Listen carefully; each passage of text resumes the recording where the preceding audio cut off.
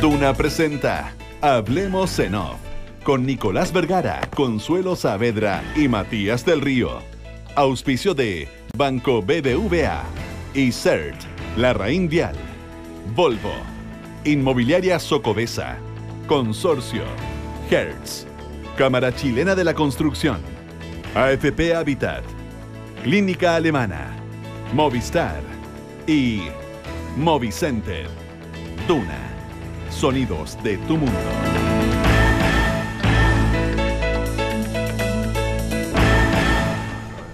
Muy buenos días, ¿cómo están ustedes? Dicevamos estar nadie, como decíamos ayer,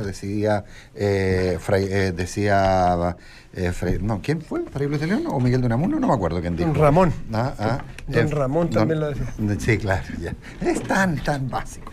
Oye, ya, la chilindrina. Si hubo empate, nomás hubo empate. Si fue empate, nomás, tranquilo. Doña Consuelo, muy buenos días. Consuelo, ¿cómo estás? Muy buenos días, Nico, bienvenido al programa. Gracias. ¿Cómo están ustedes? Me cambiaron la hora, me cambiaron todo. Este país ya no es el mismo. Uno se va por 2 días. Uno se va por 2 días y mira cómo lo dejan. Digamos. ¿Cómo te fue? Muy Cuéntanos bien. los más. No, muy bien. No, ahí lo más interesante, bonito, Cataluña entretenido. Cataluña siempre vale la pena. El clima está loco en todas partes del mundo. En esta época habitualmente se caen los patos asados. Llegué a pasar hasta frío. Cataluña con presidente nuevo. Sí, pues Quim Torra. ¿Qué se comentaba de eso? Porque dijo, el presidente es Puigdemont. Sí, bueno, pero si Puigdemont le prohibió usar la oficina. Yo me acordé de... ¿Le prohibió usar la oficina? Yo me acordé de No Campo, te puedo Campo creer. era el gobierno, pero no al poder. Claro. ¿No eras tú? Claro, no, pero una de las cosas que más... más se comentaba era justamente que Puigdemont le había dado la venia, le había dado la bendición, pero no podía usar el despacho. Bueno, como decía más temprano, no decían despacho, decían alguna cosa inentendible en catalán. Pero no podía... ahora, ¿Ya conversaste de estos temas? Sí, más tempranito hace un rato con estos jóvenes. Pero como te digo, es bien impresionante. Ahora, es bien delita la discusión, me da la impresión. Bueno, lo podemos conversar después con más calma. Pero no se ve eso en las calles cuando sale tanta gente que se necesita. Sí, pero por ejemplo el sábado hubo una tremenda marcha, pero era porque la gente quería parking gratuito. No era porque quería independencia, digamos. Entonces, ¿Tienen ley de la media hora y todo eso? ¿no? Mira, yo me sentí un poquito identificado. Tenemos un ministro que le podemos preguntar por eso, pero no. Pero mira, es interesante. España, yo estuve solo en Barcelona, pasé por Madrid, pero solo por el aeropuerto.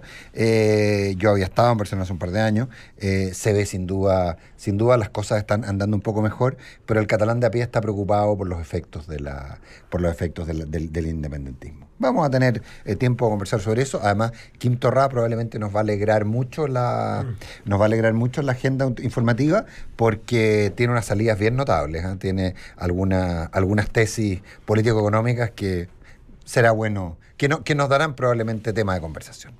8 de la mañana con 5 minutos.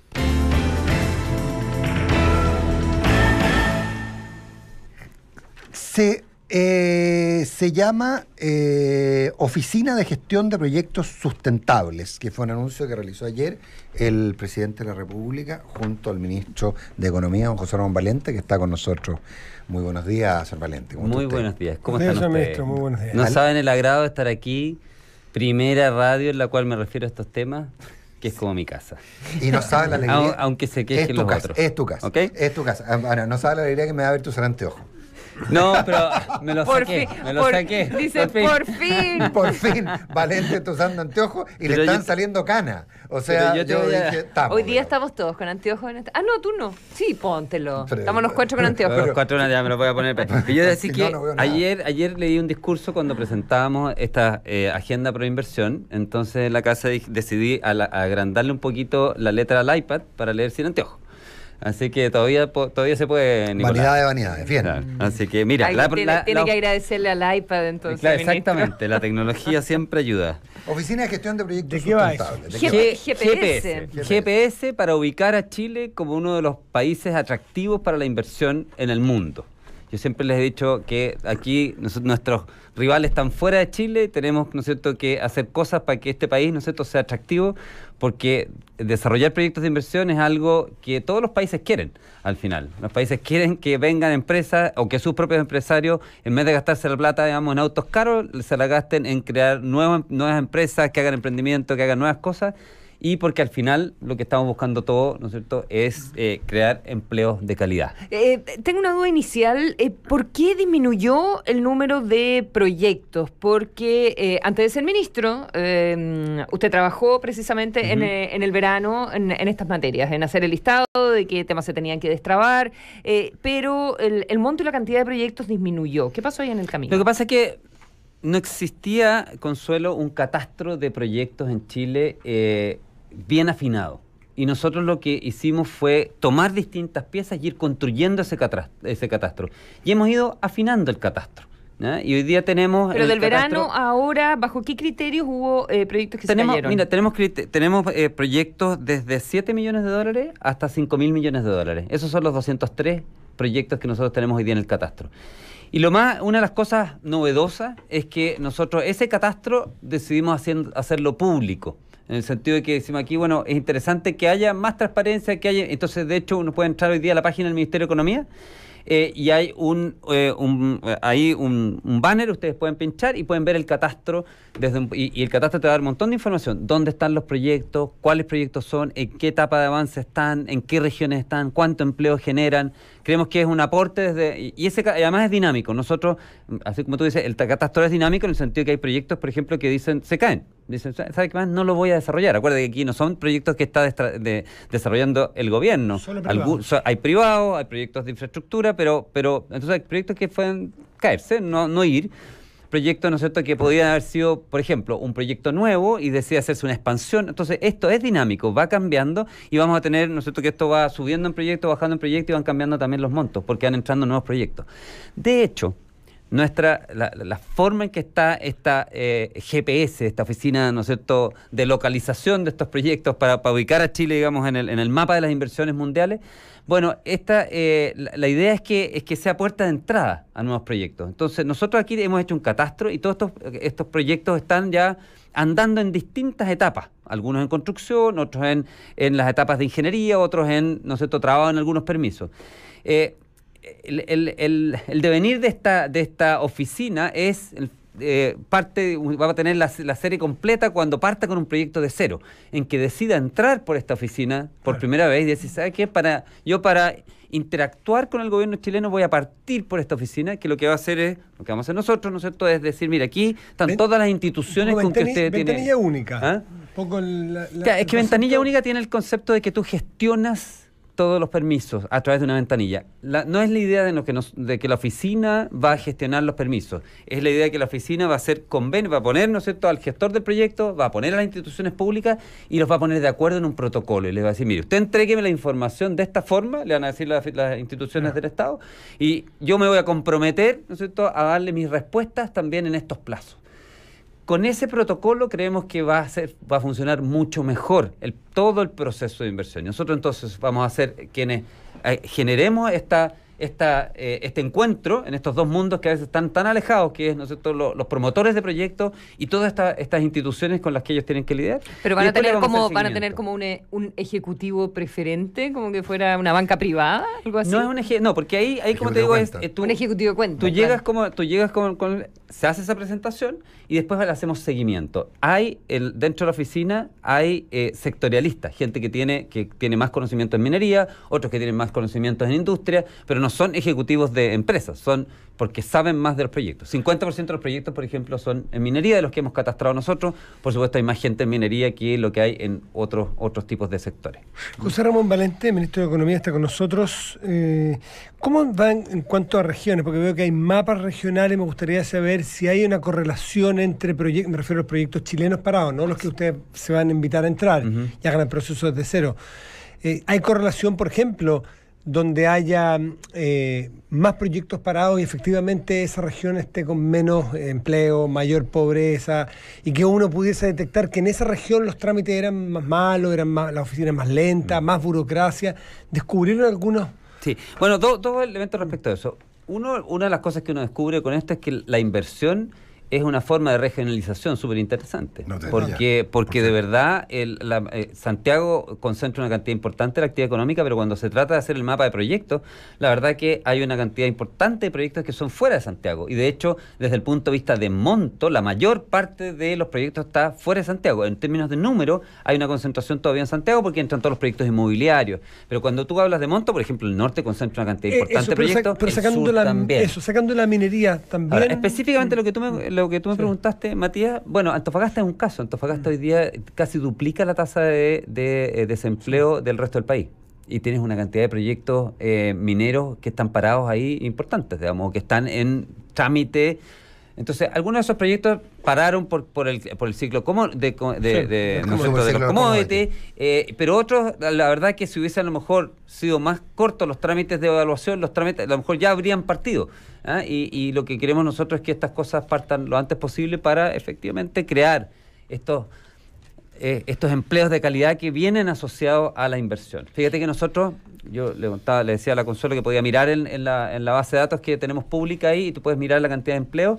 Lo que nosotros calculamos es que entre empleos directos e indirectos que se generan cuando se terminan ya los proyectos de construcción, tú podrías generar con estos 65.000 millones de dólares en proyectos 250.000 empleos de calidad en el país. Es una cifra súper relevante. Imagínate 250.000 empleos, si tú piensas en, ¿no es cierto?, familias de cuatro personas cada familia, bueno, podría estar hablando, ¿no es cierto?, de 1 millón de chilenos que puede ser receptor al final de una oferta de trabajo de un empleo atractivo, si es que nosotros logramos que estos proyectos salgan adelante. Y al final eso es lo que buscamos. Y al final, ¿no es cierto?, a la gente no le interesa mucho la inversión. Lo que le interesa es que hayan oportunidades de empleo, que haya trabajo, que haya seguridad social, que haya seguridad en el trabajo y que no esté, ¿no es cierto?, pensando todos los días que a lo mejor no va a tener con quién llegar a la casa. Ahora, pero uno tiene la sensación, y probablemente desde la desinformación, que finalmente gran parte de las trabas de estos proyectos tienen que ver con los sistemas de evaluación ambiental, con los procesos de evaluación ambiental y con la judicialización que a partir de esos proyectos se producen.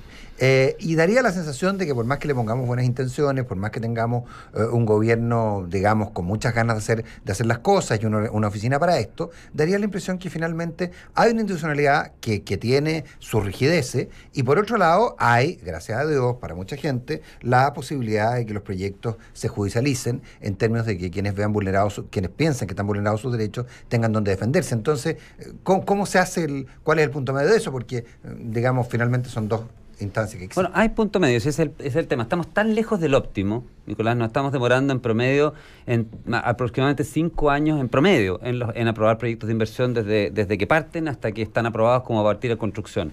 Y solamente en la parte de tramitación ambiental nos estamos demorando en promedio 2,3 años. Ahora, digo promedios porque hay casos muy distintos. Hay proyectos que se demoran 10 años, otros que se demoran bastante medio, pero esos son los promedios.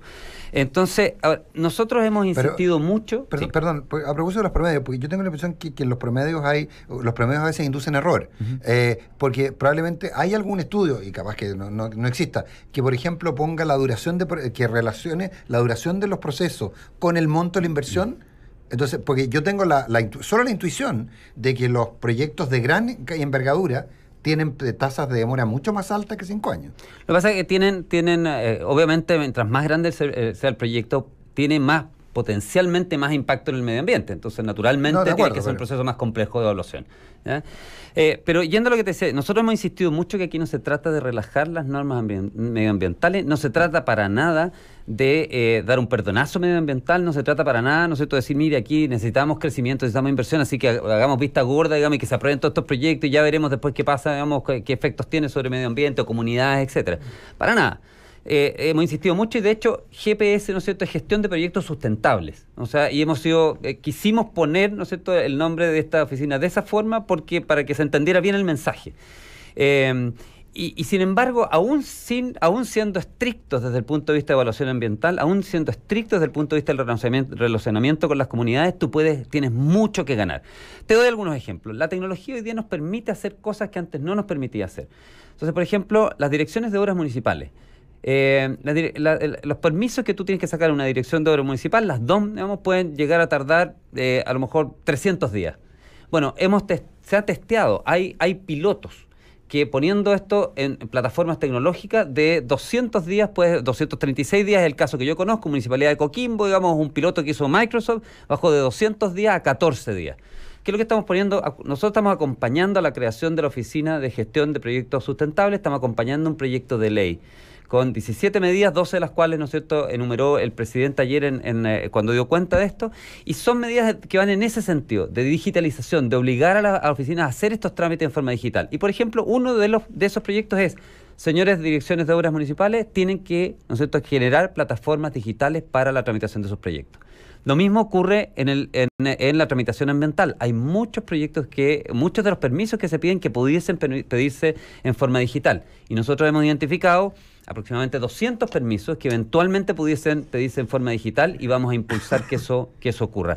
Así que se trata, ¿no es cierto?, de acortar los plazos, de eliminar burocracia, de hacer, ¿no es cierto?, que este sistema esté la gente más alineada y no de rebajar estándares. Ahora, yo voy a poner el tono disonante acá porque me parece que también hay voluntades políticas. Y revisando algunos de los proyectos, y uno lo ve como gestión de proyectos sustentables, pero aparecen proyectos que son tremendamente controvertidos. Y me parece que el solo hecho de que ya están en la plataforma indica que quizás el gobierno los quiere empujar, a diferencia del gobierno anterior, que tenía otra mirada en algunos proyectos medioambientales. Y pongo, por ejemplo, no sé, pues yo aquí buscando Tronaduras Mina Invierno, ¿verdad? Conocemos el proyecto Isla Riesco, que a principios de año, empezó a modificar su manera de extracción y a mediados de enero de este año, el gobierno de Michelle Bachelet lo bloqueó, no quería que las tronaduras se hicieran de esa manera. Es un proyecto muy emblemático, con una familia que ha sido siempre como muy defensora,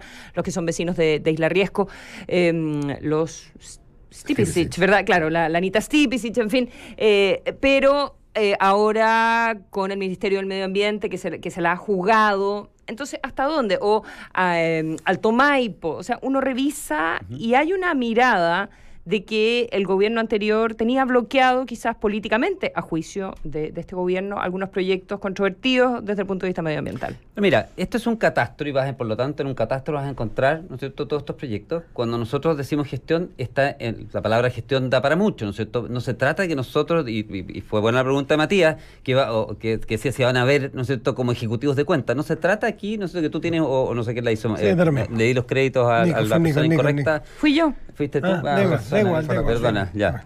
No me acuses, Consuelo. No, yo quiero saber si están empujando proyectos que el gobierno anterior rechazaba. Lo que se trata de esto, ¿no es cierto?, es de que tú tienes que decirle como sociedad no a un proyecto que no quieres que se haga.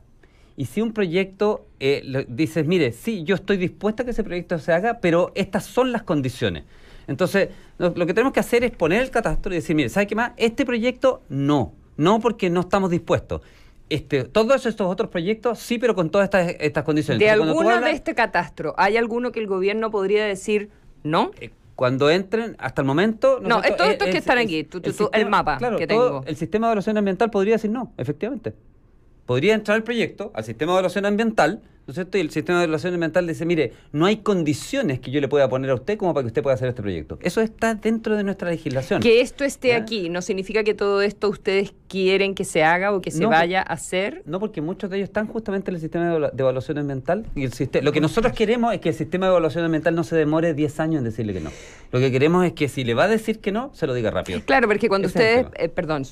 me retiro al tiro, pero hay una mirada que cuando uno dice voy a crear tantos empleos o esta es la capacidad de inversión, resulta que quizás hay proyectos aquí que no debieran hacerse. Otros que sí, pero quizás hay algunos que uno no debiera ni siquiera contar. Y justamente lo que queremos es que sea la institucionalidad y no el dedo hacia arriba o el dedo hacia abajo de un funcionario el que decide si esos proyectos se hacen. ¿Ya? Y por lo tanto, y ojo, cuando tú dices queremos crear 250.000 empleos, lo que nosotros hemos dicho es que la potencialidad son 250.000. Estos no son empleos que va a crear el sector público, no son empleos que nos vamos a decir, mire, nosotros creamos 250.000 empleos. Estos son empleos que se van a crear en la medida que estos proyectos que son impulsados por el sector privado, estos se hagan. Así que no nos vamos a arrogar, ¿no es cierto?, el venir aquí y con una bandera decir, cree 250.000 empleos. Ministro Valente, dos cositas que son casi como respuestas, o sea, más bien respuestas cortas. Una que siempre se dice, y aquí José Ramos dice, claro, estos son proyectos grandes que pueden tomar 2 o 3 años en ponerse en marcha en su producción, pero desde el punto de vista del empleo, importan desde que empieza su construcción. Empieza ya a dar mucho empleo, un proyecto que abre sus puertas, aunque entre en operaciones 3, 4 años más. Eso, que me gustaría que tocara ese punto. Sí. Y el segundo, en el escáner que han hecho ustedes del país completo, ya no por regiones, sino que cortando por institución, ¿dónde están los cuellos de botella? ¿Dónde han descubierto más cuellos de botella comunes a los proyectos y a las regiones? Ok, el tema del empleo es así. La verdad que los proyectos de inversión tienen un empleo bastante intenso durante el periodo de construcción y después, una vez que están terminados los proyectos, entonces baja y la cantidad de empleos que queda operando las plantas, sobre todo ahora que viven con tanta tecnología, es bastante menor. Pero ¿cuál es lo interesante? Que aun cuando esa planta, digamos, baja en términos de sus empleos permanentes, se crean muchos empleos indirectos. Se crea el empleo del señor que lleva a la gente a la obra, el hostal, el restaurante. Y son esos empleos indirectos al final los que te dan esta masa de empleos permanentes. Entonces tienes empleos directos y empleos indirectos. Los empleos directos, nosotros hemos calculado que la relación es que por cada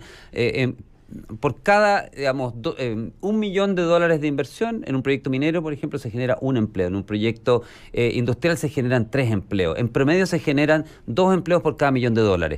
Eso es más o menos la visión que uno tiene desde el punto de vista. Ahora, los empleos indirectos son 3 o 4 veces los empleos directos.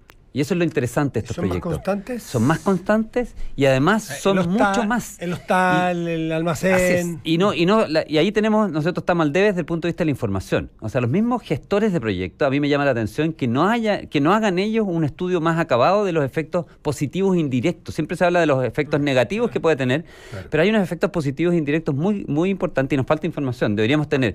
La información que nosotros hemos recaudado es que más o menos está entre 3 a 4 veces los empleos indirectos que se generan, digamos, por en estos 250.000 que ustedes apuestan a crear, ¿están los indirectos Esos incorporados? son los permanentes, no en la etapa de construcción, y están los directos y indirectos. Así es. Y respecto de la burocracia o de este escáner país, ¿qué es lo que encontraron? Como Mira, lo interesante es que hay instituciones intermedias, como por ejemplo la Dirección General de Aguas. Nosotros en el proyecto de inversión, en el proyecto Proinversión, con las 17 medidas, tú vas a ver que hay 2 o 3 proyectos que tienen que ver con la Dirección General de Aguas, donde el permiso se está demorando cerca de 2,3, 2,5 años. Y nosotros creemos que con el proyecto de ley que estamos mandando podemos cambiar eso y bajar de esos 2,3, 2,5 años al menos 6 meses menos. Pero, y ojalá y potencialmente mucho más. Estamos siendo conservadores. Nosotros dijimos, mire, queremos apuntar con este proyecto a reducir en 6 meses la tramitación, que no es poco cuando piensas que la tramitación ambiental se demora 2,3 años, la tramitación total, ¿no es cierto?, se demora 5. Bajar 6 meses es un porcentaje importante. Y creemos que potencialmente es más. No hablé, pero el tercer elemento, dado que tú mencionaste a Joe Ramos, es que nosotros, esta agenda Proinversión tiene 3 elementos. La GPS, tiene el proyecto Proinversión y tiene un mandato a la Comisión Nacional de Productividad para que estudie mejoras también y nos diga, mire, vamos a hacer un escáner a todo este proceso y les vamos a dar recomendaciones de cómo mejorar esto. Y por lo tanto, por eso le llamamos Proyecto Proinversión 1. Esperamos que después de las recomendaciones de la Comisión de Productividad, más la experiencia que nosotros vayamos recaudando, podamos tener un segundo proyecto Proinversión sobre la base de eso.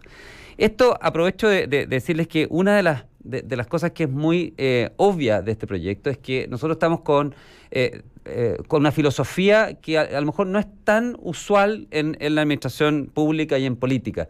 Nosotros estamos tratando de buscar proyectos que independientemente del color político sean interesantes para mejorar el proceso y al final para crear empleo y mejorar la calidad de vida de los chilenos. Por ejemplo, la Comisión Nacional de Productividad es algo que fue creado, ¿no es cierto?, por Rodrigo Valdés, por Alejandro Mico, por Luis Felipe Céspedes en la administración anterior. Nos parece una buena institución, nos parece una buena institucionalidad y la queremos utilizar y la queremos, ¿no es cierto?, y estamos usando el mandato. Es primera vez que un presidente de la República firma un mandato para la Comisión Nacional de Productividad y eso no es aleatorio, eso es porque queremos, ¿no es cierto?, entender que es una buena institucionalidad que fue creada en el gobierno anterior y que nosotros queremos que se mantenga y que siga a futuro.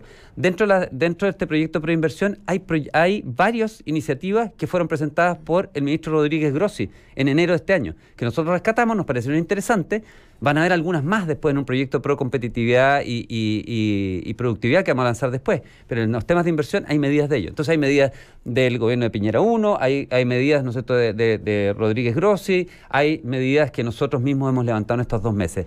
No tenemos, ¿no es cierto?, así una mirada política priori y decir, no, ¿sabe qué más? Como esto lo inventó otro, Fuera. nosotros fuera.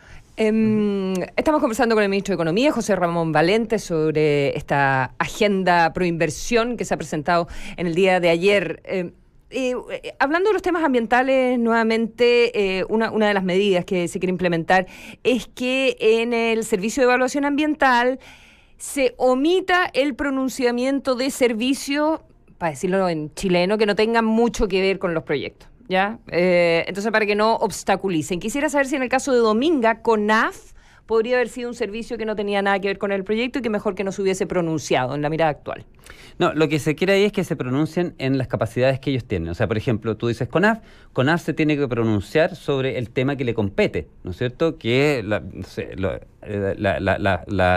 flora digamos, y los árboles, y tiene que pronunciarse respecto de sus competencias. Hoy día no está claro y cada servicio podría, ¿no es cierto? Tú podrías tener a la Dirección de Agua pronunciándose sobre CONAF, sobre cosas que le competen a CONAF. Perfecto, sobre los árboles. ¿No es cierto? Pronunciándose respecto a lo que es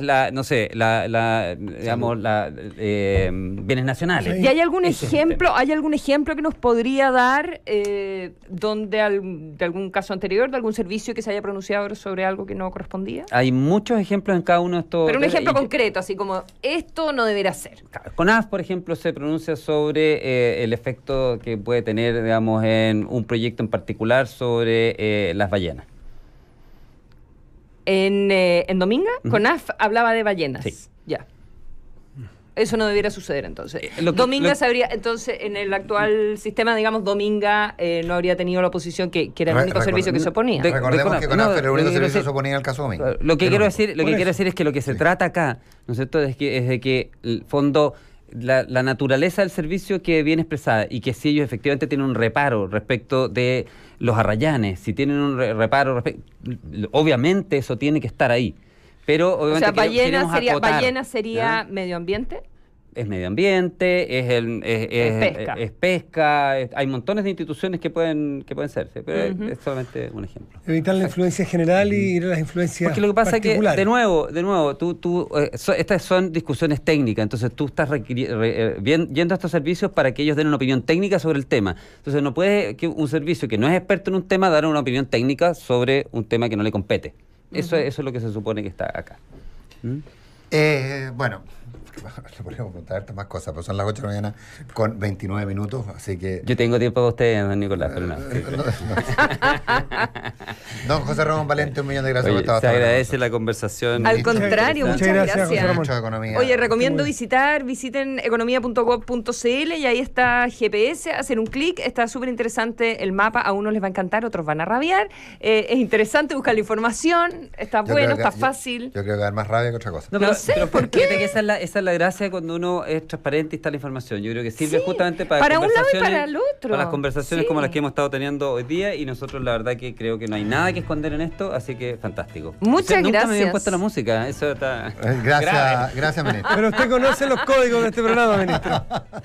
Que vaya muy bien, ministro. Chao, muchas gracias. Que estén bien. Adiós, la digitalización llegó y para quedarse, eso bien lo entiende Banco BBVA, que hoy cuenta con una modalidad que permite a los no clientes, si escuchaste bien, a los no clientes, a descubrir si tienen un crédito de consumo preaprobado. Para revisar si tienes el crédito, descarga la app de BBVA, ingresa .cl, creando oportunidades.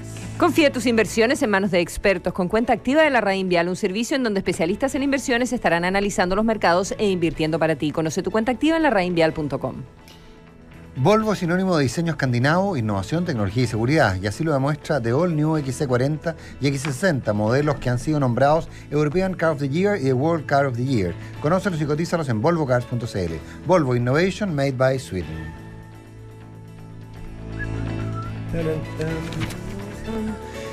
En la dehesa existe un antes y un después con casa híbrida de Vista a los Bravos, un proyecto único con casa de 233 a 315 metros cuadrados en amplios terrenos de hasta 1.110 metros cuadrados. Descubre los nuevos pilotos en casa híbrida donde los espacios dejaron de ser lo que son. Socobesas, todos diseño.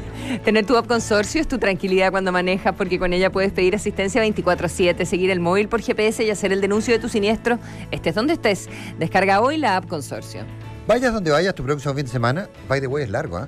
Aprovecha la tarifa súper rebajada de Hertz Rentacar, desde 23.900 pesos diarios, incluye IVA, cargo de aeropuerto y kilometraje libre. Además, acumulas millas Latam Paz. Reserva ya en hertz.cl. Yo les voy a decir una cosa, no solo implica tomarse la pastilla, hay que ver que haga efecto.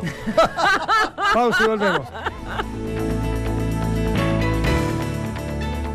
Hoy, tu banco está en una pantalla, tus amigos en grupos de WhatsApp, tus series favoritas en Internet, tu currículum en LinkedIn y tu empresa está así de actualizada. Bienvenido a eCert Chile, pioneros en soluciones innovadoras, factura electrónica, contratos laborales electrónicos, firma para impuestos internos. Es más fácil de lo que crees. Optimizas tiempo y ahorras costos con el respaldo de la Cámara de Comercio de Santiago. Visítanos en ecertchile.cl o llámanos al 2360-7175. eCert Chile, cero papel, cero problemas. Para algunos, el otoño se disfruta encerrados y reunidos en un lugar acogedor. Pero para nosotros, el otoño se disfruta afuera, en el lugar que siempre soñamos. Con Volvo, el otoño se vive sobre ruedas. Aprovecha nuestros precios especiales de temporada en todos los modelos 2018. Conócelos y cotízalos en volvocars.cl o en nuestra red de concesionarios. Consulta por modelos con bonos de financiamiento Forum. Volvo, Innovation Made by Sweden. Tal vez sea su prestigio y trayectoria de más de 100 años, o la asesoría que me dan para ayudarme a cuidar los ahorros de toda mi vida. En Consorcio se mueven para darme muchas razones para confiar. Por eso, con una renta vitalicia Consorcio, puedo asegurar una renta fija en UF para toda mi vida y disfrutar la mejor etapa de mi vida. Conoce más en www.razonesParaconfiar.cl. En Consorcio, nos movemos para hacer tu vida más simple y entregarte la asesoría y servicio que necesitas en cada etapa de tu vida. Seguros, previsión, ahorro. Consorcio, tu vida es lo que nos mueve. Yo no delimité el área de seguridad. Yo no fui a la obra para supervisarla. Yo iba retrocediendo en la grúa horquilla. Mi marido no se dio cuenta que la horquilla iba hacia él. De la seguridad de todos, todos somos responsables. Cámara Chilena de la Construcción. Construir seguridad es obra de todos. ¿Sabías que un cliente que llegó a AFP Habitat con un saldo de 10 millones de pesos, hoy después de 15 años, ha ganado hasta 3.800.000 pesos más que si hubiera estado en otra AFP? Por eso, elige AFP Habitat, número 1 en rentabilidad en los últimos 15 años y en el 2017. Compruébalo en www.afphabitat.cl. Infórmese sobre la rentabilidad de sus fondos de pensiones, las comisiones y la calidad de servicio de las AFP en el sitio web de la Superintendencia de Pensiones, www.spensiones.cl. Mi amor, me aprobaron el crédito hipotecario a una tasa increíble. ¿En serio? Sí. ¡Qué buena noticia! ¿Y cuál es el dividendo mensual? No sé. Ah, ¿y los beneficios asociados? Tampoco sé. Ay, pero gordo. En el dividendo, la tasa no es todo. Pide hoy tu crédito hipotecario BBVA con un increíble dividendo mensual y empieza a disfrutar de la casa que siempre quisiste. Revisa condiciones y montos en promoción en bbva.cl. Infórmese sobre la garantía estatal de los depósitos en su banco o en spif.cl. A ver, para chequear los neumáticos paso a Movicenter. Y el sistema de audio, eso lo veo en Movicenter. Después paso a Movicenter por el portabicicletas. El portaequipaje de techo lo compro en Movicenter. El aceite lo cambio en Movicenter. Y al final paso a Movicenter a ver lo de la batería y estamos listos para la aventura. Neumáticos, audio, accesorios y equipamiento, cambio de aceite, baterías y mucho más. En Movicenter tenemos todo para tu automóvil. A solo 10 minutos de Providencia. Movicenter, la ciudad del automóvil. Hablemos en off. Nicolás Vergara, Consuelo Saavedra y Matías del Río están en Duna. En 2016, más de 90 personas fallecieron por no estar atentas a las condiciones de tránsito, porque la seguridad de todos somos responsables al manejar. No uses el celular. Cámara Chilena de la Construcción, construir seguridad es obra de todos. ¿Sabías que hay una AFP que es número 1 en rentabilidad en todos los fondos en los últimos 15 años? AFP Habitat ha entregado los mejores resultados en 15 años y en el 2017, porque es tu futuro. Elige Habitat, consistentemente entregando la mejor rentabilidad para tu pensión. Clínica Alemana obtuvo el primer lugar general en experiencia de servicio en el ranking Praxis Experience Index 2017, liderando tanto la valoración de la experiencia de atención como la preferencia en el sector salud. Clínica Alemana, si es tu salud, es la alemana. Pensando en digitalizar tu empresa, conoce eSearch Chile, firma de facturación electrónica, contratación remota, biometría facial, entre otros servicios para potenciar tu negocio. Contáctanos al 2360-7175 o ingresa en www.e-certchile.cl con el respaldo de la Cámara de Comercio de Santiago. ¿Escucharon la buena noticia? Los que son Movistar nuevamente tienen más gigas en todos sus planes para compartirlo todo. Solo queda disfrutarlos. Gracias, Movistar. Movistar, elige todo. En Movicenter tienen todo lo que tu automóvil necesita. Neumáticos, cambio de aceite, baterías, accesorios, equipamiento y mucho más en un solo lugar. Abierto de lunes a domingo entre las 9 y las 8 de la noche, 9 de la mañana y 8 de la noche. Avenida Américo Vespucio Norte, 1155 Huechuraba, a solo 10 minutos de Providencia. Movicenter, la ciudad del automóvil. 8 de la mañana con 37 minutos. ¿Vamos a Roma? Vamos. Vamos a Roma. Matilde Burgos, ¿cómo estás? Buenos días. Hola, ¿cómo están? ¿Cómo estás, Consuelo, Matías, Nicolás? Aquí estoy en Roma caminando por un día que hemos tenido todos los climas. Ha llovido, ha diluviado, ha salido el sol, ahora está un poco lloviendo nuevamente. Podríamos hacer el símil con lo que está pasando con los obispos que se van a juntar dentro de muy poco con el Papa. Se van a juntar ahora a las 4 de la tarde, hora romana, 10 de la mañana, hora de ustedes, y comienza entonces esta primer encuentro de esta citación a la que llegaron ya los 31 obispos en ejercicio y los 3 eméritos. En una situación que está de variando nublado a tormenta, probablemente para ellos. A ver, ¿podrías describirnos, a tu juicio, cuáles son los 3 o 4 protagonistas principales de lo que va a suceder entre hoy y los próximos 2 días? Mira, bueno, sobre todo el Papa, segundo protagonista, el informe de las 2.300 páginas de Monseñor Cicluna, informe que todavía no conocen los obispos que han sido citados aquí a Roma. Y bueno, 3 podríamos decir Juan Barros, aunque Juan Barros ya a estas alturas es una parte anexa, casi pudiéramos decir, a todo el problema general que ve el Vaticano respecto de la Conferencia Episcopal Chilena. Hay una crítica bien importante a cómo se han abordado no solamente el caso Caradima, sino que toda la aproximación hacia víctimas y cómo han resuelto los temas de los abusos en Chile. Así que yo creo que va a ser una reunión bastante dura. Hay varios signos, fíjate, Consuelo y Matías, Nicolás, de lo que puede ocurrir esta tarde y dentro de todos los días, porque el Papa ha querido mantener distancia con ellos. Por ejemplo, ¿se acuerdan que estuvieron las víctimas de Caradima aquí en el Vaticano invitadas por el Papa? Ahora ellos estuvieron aproximadamente 4 días alojados dentro del Vaticano, en la casa del Papa, en la casa Santa Marta. Estuvieron ahí invitados por el Papa, salieron, los llevaron a comer, recibieron todo el trato que recibe una visita que uno quiere mucho en su casa. El Papa se preocupó de que los llevaran a recorrer todo el Vaticano, los llevaran a distintas partes, los sacaran a comer. Bueno, ahora solamente tienen acceso a Santa Marta 3 obispos, que son los que tienen más problemas de salud: Monseñor Esaki, Monseñor Goetz y Monseñor Cristian Contreras Villarroel. Ellos están en Santa Marta y todos los demás están fuera.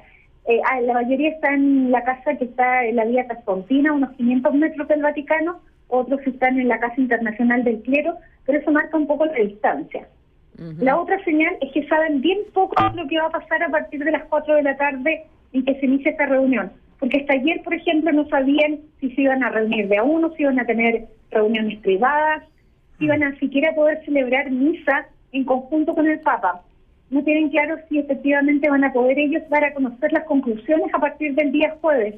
Se nota muchísimo la distancia que quiere tener el Papa y el hermetismo en el que quiere que se desarrollen estas reuniones. Sí. Matilde Burgos está en el Vaticano, está despachando para Radio Duna, además que conoce muy bien cada centímetro cuadrado de ese lugar, y no me refiero solo a lo físico, sino que a las señales y a los símbolos que nos está narrando. Qué interesante lo que dices, Matilde, que tú percibes que esto pasó de ser el tema Barros, por lo pronto, pasó incluso de ser el tema Caradima, pasó a ser el tema de la Iglesia chilena.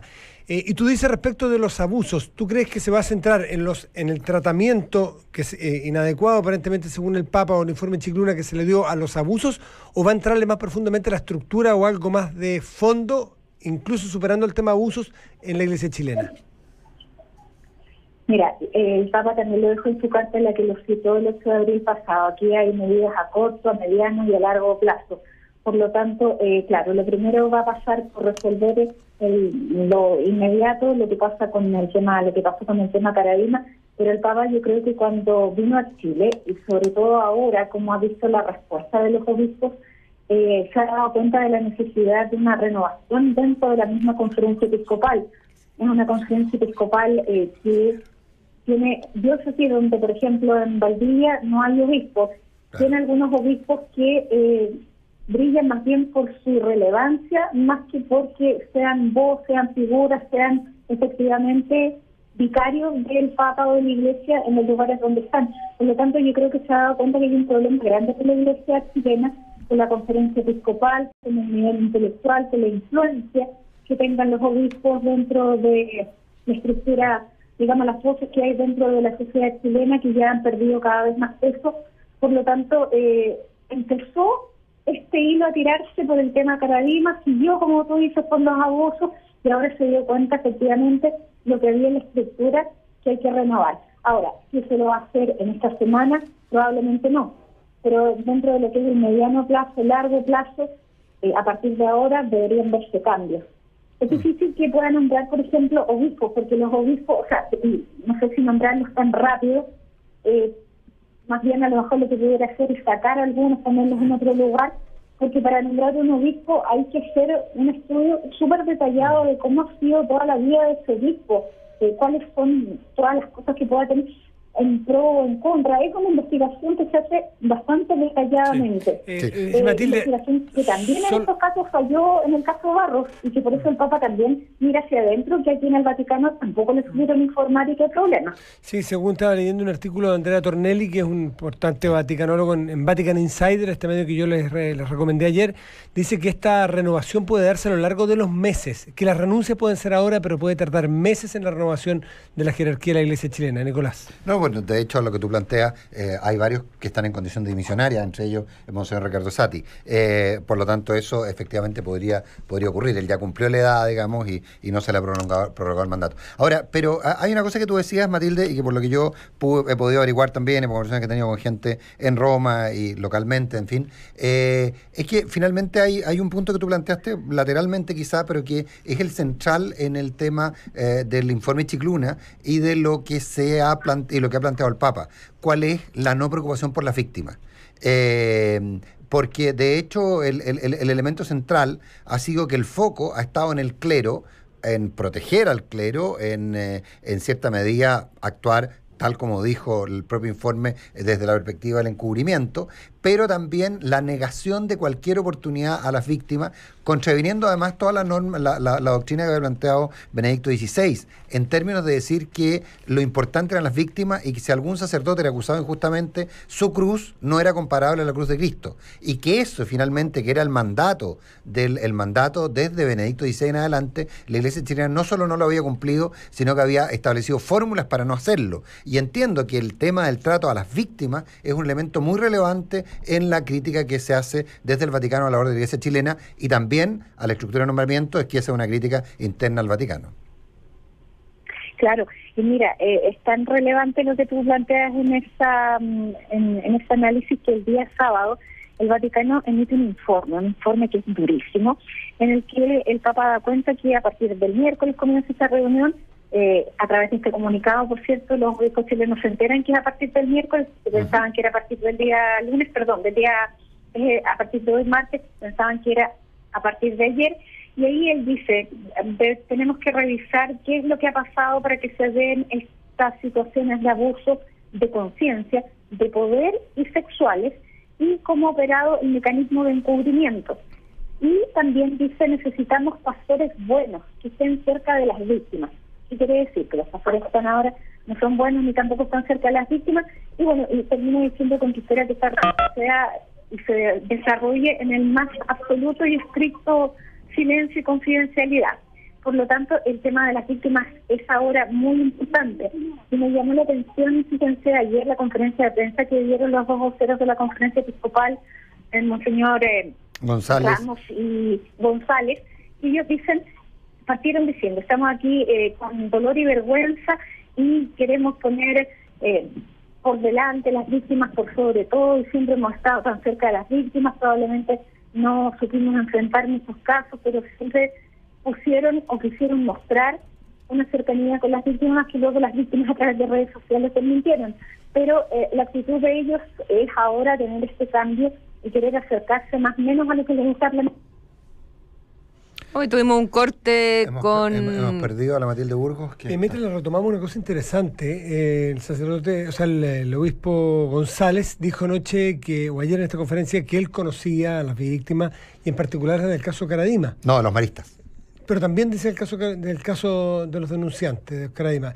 Y lo salieron a desmentir inmediatamente al decir que nunca habían estado con él, no los Sí, conocí. lo que pasa es que Juan Carlos Cruz dijo, qué curioso. Hamilton también. Los dos. Claro, pero no, ¿sabes qué? Yo estaba buscando las declaraciones exactas de González, porque, bueno, evidentemente en esto hay que ser tan preciso en las palabras, lo digo respecto de los obispos, porque hiere susceptibilidades, toda la gente está leyendo, y con razón, Yo por lo escuché, debajo. no lo leí, lo por escuché debajo claro, y pero entendí lo mismo, que él daba a entender que es los que dijo, conocía. daba a entender, por eso yo las quería buscar, porque no sé si se refería a ¿Tenemos la que... cuña? Escuchemos a Monseñor González mientras retomamos con... No, tenemos la Matilde, vos Matilde. Pero relájense. No, estamos relajados. Bueno, la Matilde quizás lo haya escuchado. Matilde, teníamos una duda respecto a qué es lo que dijo Monseñor Juan Ignacio González respecto de el obispo González de San Bernardo, respecto de las víctimas que habían salido a desmentirlo. Yo lo que escuché, pero puedo estar equivocado, era que él había dicho que conocía a las víctimas y que en el caso de los maristas los conocía casi todos. Yo entendí que conocía a las víctimas que se habían reunido con el Papa, pero también podía estarse refiriendo a las víctimas con las que se reunió en Chile. En Chile, sí. ¿Qué escuchaste tú? Ustedes me preguntan a mí aquí en Roma, bueno, el contexto era las víctimas de Caradima. Ahora él efectivamente forma parte de una comisión que está encargada en la Iglesia chilena de enfrentar el tema de los abusos sexuales. Probablemente también estaba hablando de esas víctimas. Bueno, en cualquier caso, a través de las redes sociales, las víctimas del caso Caradima desmintieron esta posición que hubiera tenido Juan Barros, porque dice, con nosotros jamás, no lo hemos visto, no lo conocemos.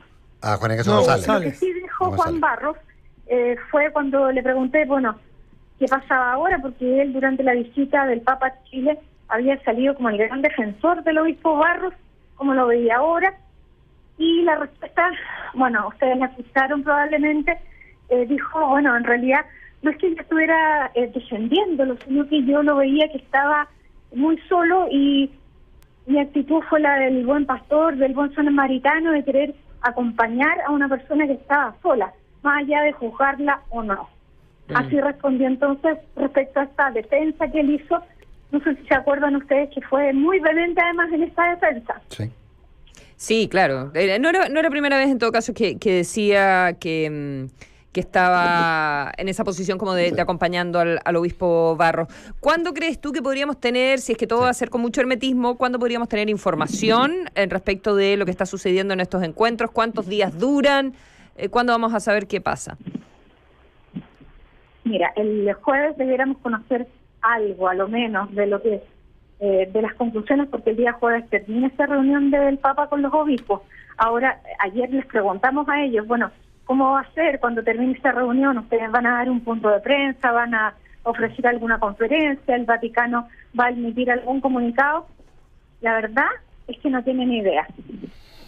No saben si ellos van a ser efectivamente los que informen, si cómo se comunique va a ser cómo se vayan dando las cosas, tal vez llegan a Chile y ahí se acepta la renuncia o ocurre el nombramiento, no lo sabemos, pero si esto está ocurriendo tan públicamente, yo también creo que el Papa quiere que se note que él está haciendo algo, tiene un tema comunicacional también, así que yo esperaría algún pronunciamiento por parte de la Santa Sede, al menos respecto de cómo terminó todo este encuentro. Matilde Burgos, ánimo, entiendo que además está haciendo un poco de frío en Roma, me decían. Mira, hoy día nos han tocado todos los climas. Así que cuídate, cuida la voz sobre todo. Muchas gracias, Matilde. Sí, gracias, muy Matilde. bien. Chao. Chao, un abrazo. Buen día. Chao. Un último punto sobre esto. Ayer, conversando con alguien que conoce mucho las formas de actuar del Vaticano, me decía que la declaración, cuando había hablado, que no era aleatorio el orden que había puesto, abusos de conciencia, poder y sexuales, que no era aleatorio el orden, digamos. No recibía, no tenía que ver con orden alfabético, sino que era la importancia. Y de la perspectiva de los abusos de conciencia, ahí hay todo un tema de abusos al interior del clero. La verdad que es bastante fuerte. No es arbitrario el orden. Esa es la importancia y en términos de aspectos de abusos de conciencia, de poder. Abuso de poder y corrupción son cosas parecidas. Hay elementos de eso también. Y los abusos sexuales en tercer término. 8:52. Quería poner brevemente un punto respecto de un caso que fue el que probablemente originó con bastante demora al final la ola de tomas feministas, y no me refiero a casos en Estados Unidos, ni a Herbal Abreu, ni nada, sino que son las denuncias que desde el año 2015 hicieron alumnas de la carrera de Historia de la Universidad de Chile contra profesores de esa facultad. Y estos profesores, uno de ellos era el director de la Escuela de Historia en su minuto. Él fue finalmente, Leonardo León, no solo fue despedido, después se fue a trabajar a una universidad en la región de Valparaíso. Él este año además fue enviado a la cárcel por abuso. Contra abuso de su hija de 6 años, Leonardo León, pero el otro profesor era Fernando Ramírez y él fue también expulsado de la universidad en su minuto. Pero ¿por qué estoy destacando este caso? Porque ellas fueron muy valientes, las alumnas, son 4 alumnas, y Fernando Ramírez se querelló en contra de ellas, por injurias, por publicaciones en Facebook, y las muchachas se la jugaron, siguieron firmes, no había grandes tomas feministas, no se había producido el super mega movimiento que tenemos hoy en día, y la defensa la asumió Davor Harasic en su minuto. Defensa de ellas. De ellas, sí. Y ayer la sexta sala de la Corte de Apelaciones anuló una sentencia, porque ya había una sentencia en contra de ella, por injurias y calumnias en contra de estas estudiantes de historia, que son María Ignacia León, Francisca Orellana, Ivania Palacios y María Jesús Urquizar, que habían denunciado al profesor entonces el año 2015, a Fernando Ramírez. Así que se resuelve entonces a favor de las estudiantes. Quiero destacar también que es el profesor, que es el decano de Derecho, Davor Harasic, el que asume la defensa de ellas, y eso creo que también es algo importante de destacar. Así que dedito para arriba, porque era el mundo al revés, que el profesor, y para qué decir el caso finalmente del director de Historia, que efectivamente había sido despedido de la universidad por conductas impropias con las alumnas. Resulta que ganaba en primera instancia la querella por injurias y calumnias. Eso se da vuelta. Así que bien por estas estudiantes que fueron de las primeras que dieron la pelea públicamente, y que fue el caso además que permitió establecer los primeros protocolos en la Universidad de Chile respecto del manejo de este tipo de abusos, relaciones impropias, en fin, entre profesores y alumnas sobre todo, y que ahora, bueno, tenemos ya lo más grande con tantas universidades y escuelas, en fin, en tomas feministas. Tenemos la pregunta de hoy. La pregunta del día que tiene que ver con... El alcalde de Santiago llama a colegios de excelencia de la comuna a evaluar convertirse en mixtos. Son colegios naturalmente que hoy día... Recordemos que esto a partir de la protesta de las alumnas del OCDE 1 por la polera que habían diseñado los alumnos del Instituto Nacional. ¿Estás de acuerdo con esta posibilidad o con esta medida? Puedes votar en Duna.cl. Oye, y hay que mirar lo que pasa con Argentina. Hoy día vencían, depende de cómo se lo calcule, entre 30.000 y 60.000 millones de dólares en LEVAX, estas letras del Banco Central. ¿Cómo las pusieron? ¿Quién las programó para que se les vencieran todas juntas? Es una locura eso. No, es un vencimiento. Es un vencimiento. No, si ¿Todas? ¿Todas? ¿Estás segura? Yo tenía... Puede ser. No sé si todas, pero varias. No, por eso decía primero que eran 30.000 y después que eran 60.000. Entonces, parece que hay una cláusula en que, efectivamente, tú tienes razón, hay una cláusula en que tú, si se liquidaron o no se liquidaron... Ahora, se van pero lo ponen en una posición desmejorada para negociar. O sea, absolutamente. Sí, que se le vencen muchas juntas. Y lo que va a ocurrir es que probablemente van a renovar la mayor parte de los LEVAX, pero a una tasa muchísimo más alta que la tasa original que tenía. O sea, se siguen deudando a una tasa altísima y recién el viernes el Fondo Monetario va a definir si le entrega o no esta línea incondicional que está pidiendo Argentina, que es una línea de financiamiento que no está sujeta. No, que no está sujeta a un programa stand-by. El punto, porque las stand-by son, yo te doy la línea, tú haces tal cosa, te libero tanto. Aquí lo que quiere Argentina es en el fondo un fondo de libre disponibilidad, asumiendo algunos compromisos, eso sí, pero no stand-by, no te libero los recursos de acuerdo a cumplimiento de meta. Atento con Israel, con Palestina, después de las matanzas del día de ayer, porque son los funerales hoy día y evidentemente muy alta la tensión. Hamas ha dicho que las protestas van a continuar fuerte. En Naciones Unidas se van sumando las voces que condenan a Israel por cómo reaccionó. Todo esto provocado finalmente por Donald Trump, por su decisión de establecer la embajada en Jerusalén. Qué increíble el nivel de descriterio. Nos vamos, ya viene Bárbara Espejo, en Lugares Notables nos invita a recorrer el Puente Carlos, o Puente de Carlo, o Puente Carlo en Praga. Hay que verlo. Si usted va en época turística, levántese a las 5 de la mañana de la forma que lo vea, si no, va a haber solo gente cruzando sobre un puente. Buenos días. Buenos días. Que esté muy bien.